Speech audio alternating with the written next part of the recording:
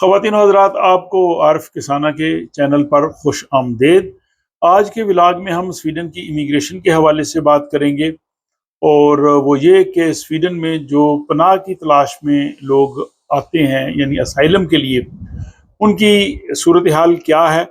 और दूसरा ये कि असाइलम की एप्लीकेशंस का जो वर्क परमिट की एप्लीकेशंस हैं या जिन लोगों ने परमानेंट रेजिडेंस के लिए अप्लाई किया हुआ है या सिटीजनशिप के लिए, तो उन पे इसके क्या असरात मुरतब होते हैं और वो किस तरह से जो है वो असाइलम एप्लीकेशन से इफ़ेक्ट होते हैं।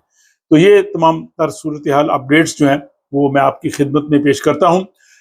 स्वीडन की जो माइग्रेशन एजेंसी है मिग्रा खून बरकत, उसकी जो ताज़ा तरीन रिपोर्ट है उसके मुताबिक पिछले साल यानी साल 2024 के जो पहले 6 महीने थे उनमें 5,357 यानी 5,357 लोग जो हैं उन्होंने स्वीडन में आके असाइलम लिया, यानी पनाह के लिए उन्होंने एप्लीकेशन दी।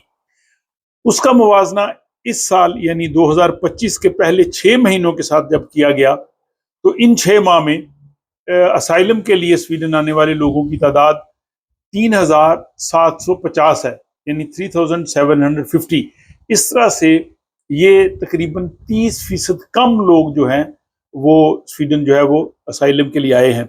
और यही वजह है कि माइग्रेशन एजेंसी ये कह रही है कि आइंदा आने वाले दौर में असाइलम के लिए स्वीडन में आने वाले लोगों की तादाद जो है वो बतदरीज कम होगी।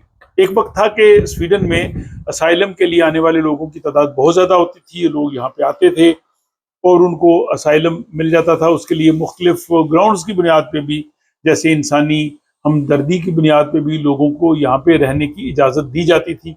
लेकिन जब से ये हुकूमत आई है इसने इसमें काफ़ी जो है वो सख्ती की है उस कानून में।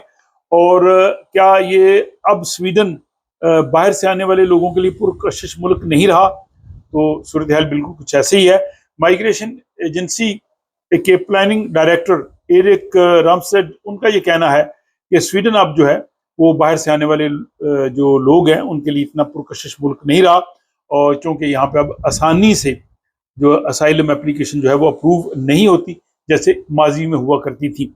और इस हवाले से मिग्रा खून बरकत की जो डायरेक्टर जनरल है मारिया मिनहामर, उनका ये कहना है कि इस हवाले से चूँकि यहाँ पे नई कानून साजी हुई है, इसमें प्रोसेस में काफ़ी सख्ती की गई है, बहुत से लोगों की एप्लीकेशन जो अप्रूव नहीं होती, तो एक तो उस वजह से लोग कम आ रहे हैं। और दूसरा जो EU asylum and migration pact है, जो यूरोपीय यूनियन ने हिजरत का मुआहदा नागजीनों की तादाद कम करने का जो है वो बायस बन रहा है, तो इस वजह से यहाँ पे जो है वो असाइलम के लिए लोग कम आ रहे हैं। और अब उसका उन्होंने एक जायज़ा भी पेश किया है। इसी बुनियाद पे जो मिग्रा खून बरकत यानी माइग्रेशन एजेंसी का ये कहना है कि इस साल यानी 2025 में कुल 6,500 लोग जो हैं वो असाइलम के लिए आएंगे। ये यानी उनका अंदाज़ा है इस तमाम सूरत हाल की वजह से।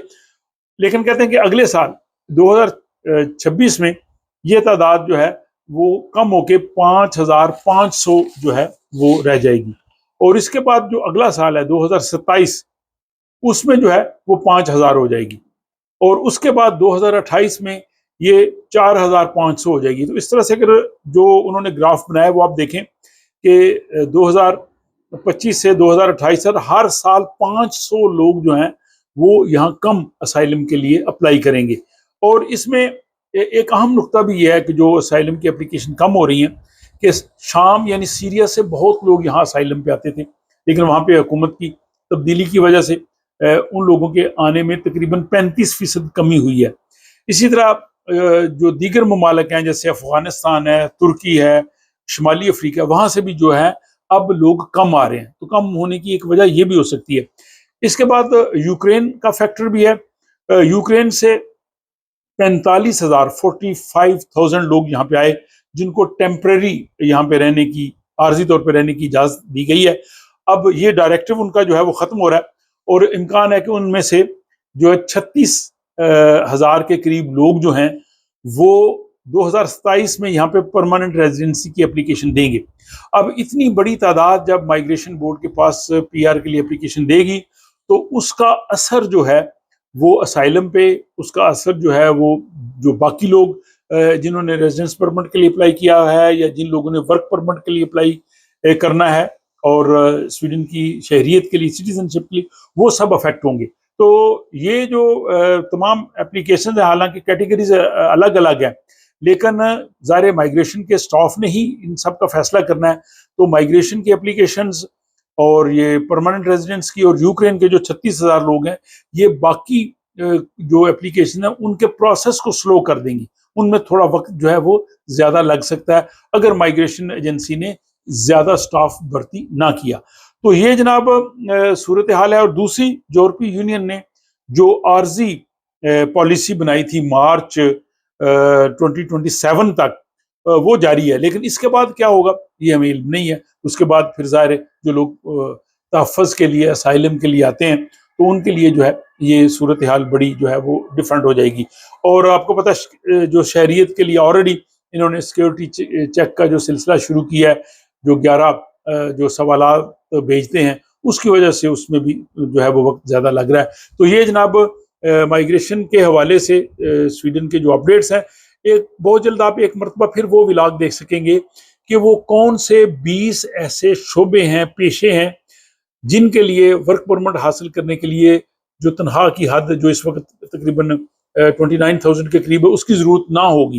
ये माइग्रेशन एजेंसी उसकी सिफारिश आगे भेज रहा है, तो वो बड़ी खुशाइन और एक बेहतर जो है वो सूरत हाल हो सकती है बहुत से लोगों के लिए। उसकी तफसील बहुत जल्द जो है वो आप अगले व्लॉग में देख सकेंगे। और फिर एक ये कि जो शेंगन का लॉन्ग टर्म वीज़ा है, उसका क्या प्रोसेस है और कौन कौन से मुल्क के लोग वो ले सकते हैं, उसकी क्या तफसीलात हैं, वो भी बहुत जल्द जो है वो अपने इस चैनल पे आप देख सकेंगे। तब तक के लिए मुझे इजाज़त दीजिए, अपना ख्याल रखिएगा और व्लॉग के हवाले से अपनी राय से ज़रूर आगाह कीजिए।